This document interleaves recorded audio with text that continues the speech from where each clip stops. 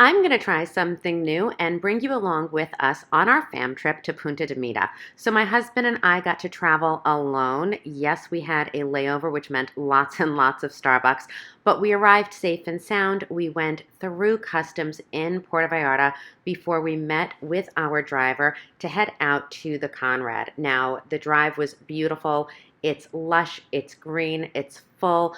We got to the Conrad, such a spectacular property. As soon as we entered into the foyer, it was just so relaxing. The main lobby has beautiful neutral tones, gorgeous blue lights, and we were able to take a quick look at the grounds before we headed up to our room.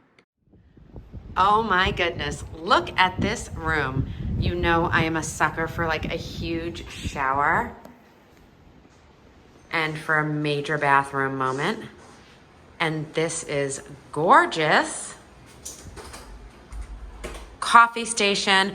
I hate when you go to a hotel and they do not have a coffee station. This is perfect.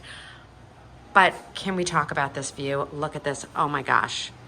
Everything is gorgeous. I love this. Oh, I love the little patio veranda. And I am obsessed. This view is insane. Oh, look at all of that. We don't get this in the desert. Oh my gosh, is that a restaurant? Look at those little huts. So cute. And our home for the next four or 5 days. I am a huge reader. I never go anywhere without a book, and I never go anywhere without water. So this is my little reading nook for the weekend. Wait a minute. Can't forget the iced coffee. Thanks, honey. I'm gonna grab that now. So right before I took my nap, we ordered room service, and let me tell you, hands down, the best room service we have ever had anywhere. The guacamole was delicious.